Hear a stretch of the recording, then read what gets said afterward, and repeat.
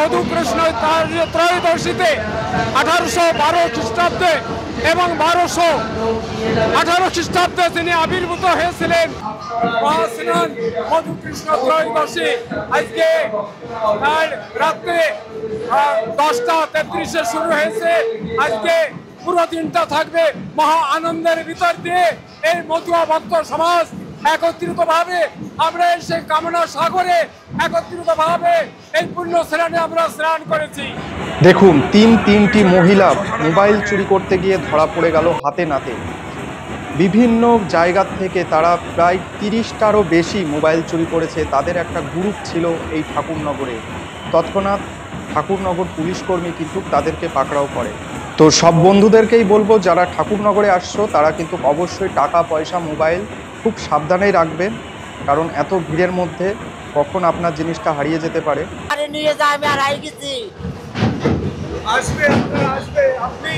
আপনি এখানটায় বসে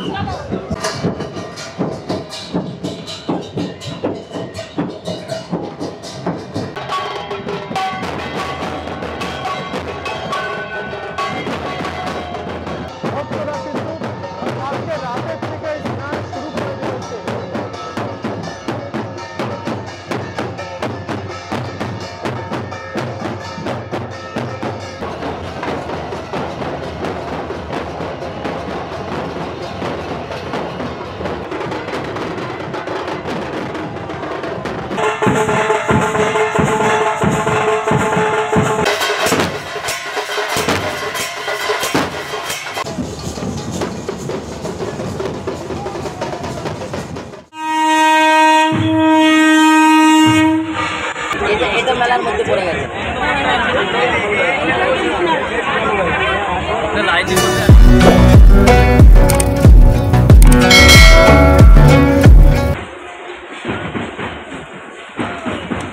তো বন্ধুরা আজ চলে এসেছি উত্তর 24 পরগনার বনগাঁর ঠাকুরনগরে।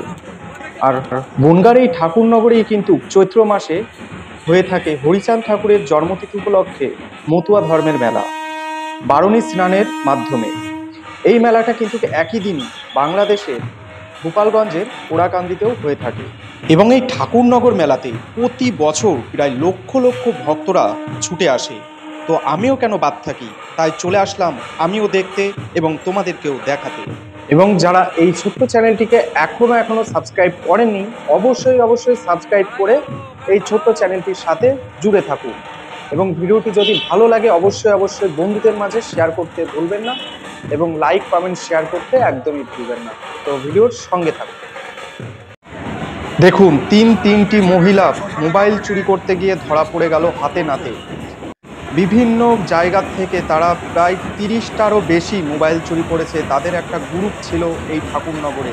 তৎক্ষণাৎ ঠাকুরনগর পুলিশ কর্মী কিন্তু তাদেরকে পাকড়াও করে। তো সব বন্ধুদেরকেই বলবো যারা ঠাকুরনগরে আসছো তারা কিন্তু অবশ্যই টাকা পয়সা মোবাইল খুব সাবধানেই রাখবেন, কারণ এত ভিড়ের মধ্যে কখন আপনার জিনিসটা হারিয়ে যেতে পারে। তো বন্ধুরা তোমাদেরকে একটাই কথা বলতে চাই, যারা ফ্যামিলির সাথে ঠাকুরনগর ঠাকুরবাড়ি আসছো বারণী স্নান উদ্দেশ্যে তাদেরকে বলবো ফ্যামিলি ছাড়বেন না। আমারে নিয়ে যা, আমি আর আই গেছি। আপনি এখানটায় বসে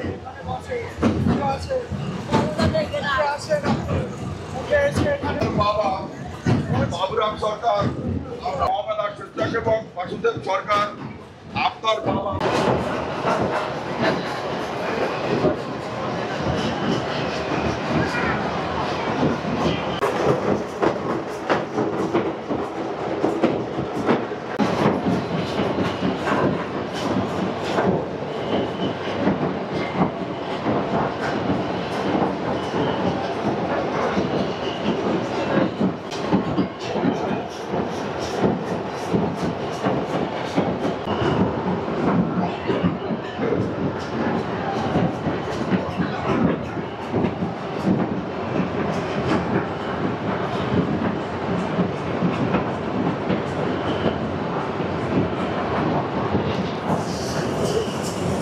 এবং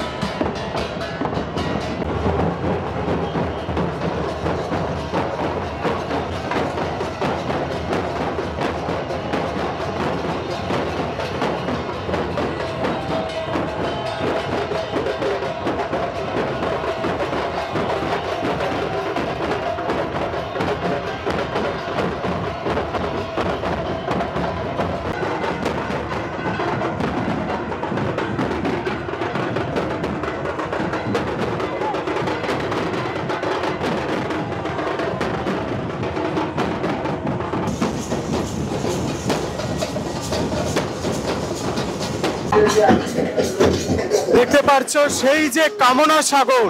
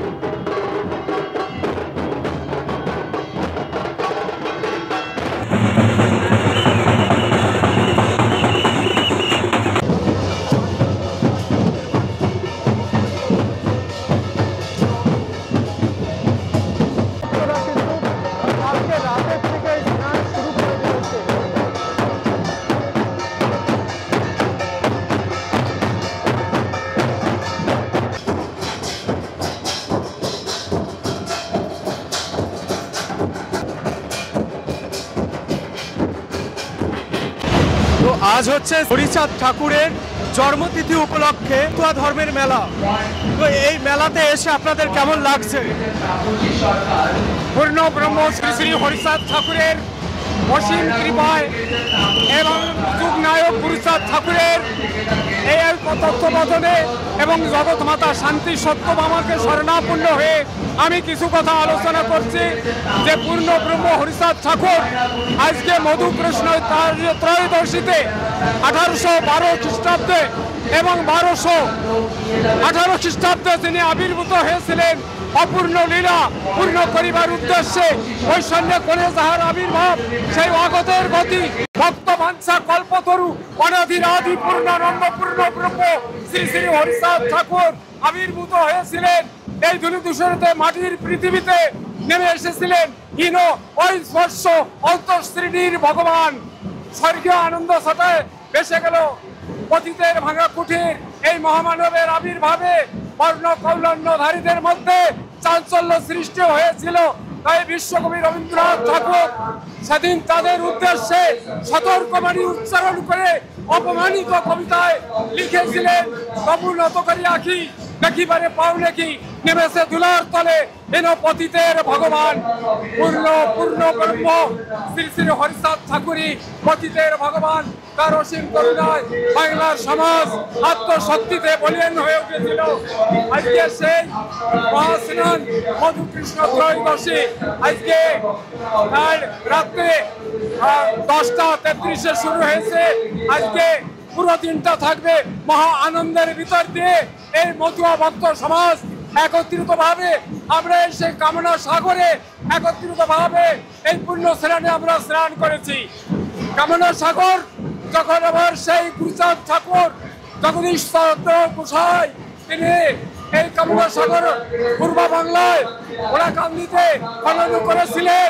আজকের সেই মহামেলা এবং দিক দিগন্তে ছড়িয়ে যাচ্ছে আমাদের এই পূর্ণ ব্রহ্ম হরিচাঁদ ঠাকুরের দিক দর্শন, ঐস্পর্শতা, অশিক্ষার গভীর অন্ধকারকে ছিন্ন করে মানবতার স্পর্শে মনুষ্যত্বের প্রতিষ্ঠা করবে আলোর দেশারি যুগ অবতার শ্রী শ্রী হরিচাঁদ ঠাকুর।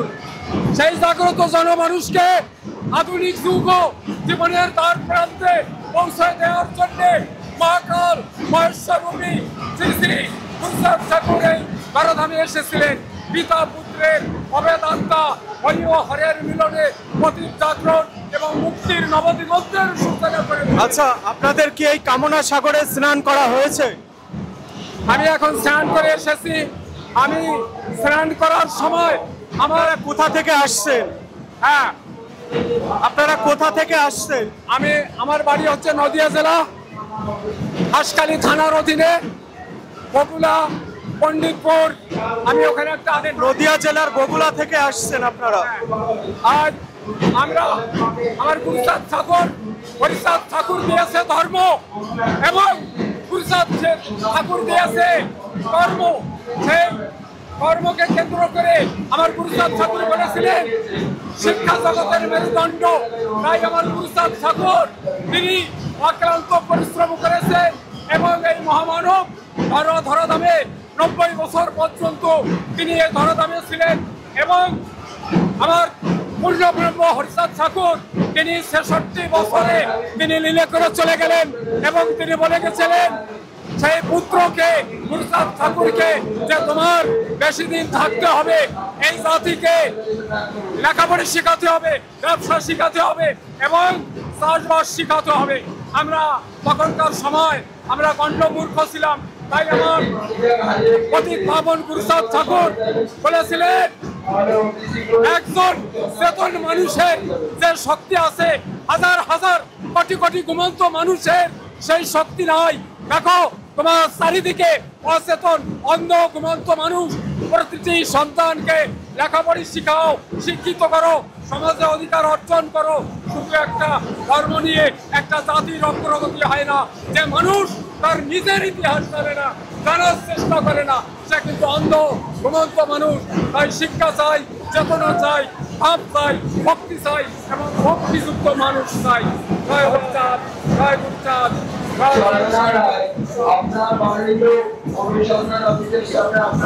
এবং মেলায় এসে যারা শরীর খারাপের মুখে পড়ছো, যাদের একটু সমস্যা হচ্ছে, তারা অবশ্যই কিন্তু এই যে নাট মন্দিরটা রয়েছে, নাট মন্দিরের একদম পাশেই এখানে কিন্তু চিকিৎসার ব্যবস্থা রয়েছে। এই সাইডে চিকিৎসার ব্যবস্থা রয়েছে। অবশ্যই যদি একটু সমস্যা হয়ে থাকে আপনারা এখানে এসে কিন্তু যোগাযোগ করতে পারেন।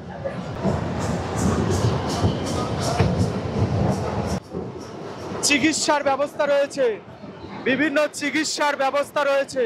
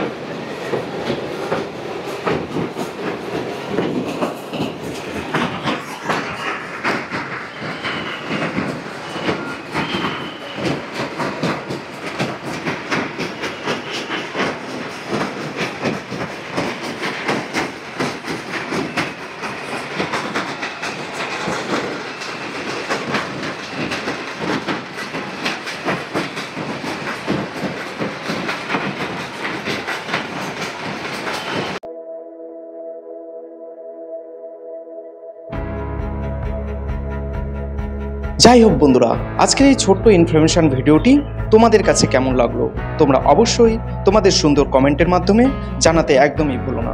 তোমাদের একটি কমেন্ট আমাদের পরবর্তী ভিডিও বানাতে অনেক অনেক উৎসাহ করে। এবং যারা ছোট্ট এই চ্যানেলটিকে এখনও সাবস্ক্রাইব করেননি অবশ্যই সাবস্ক্রাইব করে ছোট্ট ভাইটির পাশে থাকুন এবং ভিডিওটি সকল বন্ধুদের মাঝে শেয়ার করে দিতে একদমই ভুলবেন না। তো আজকের মতন ভিডিওটি এখানেই শেষ করছি।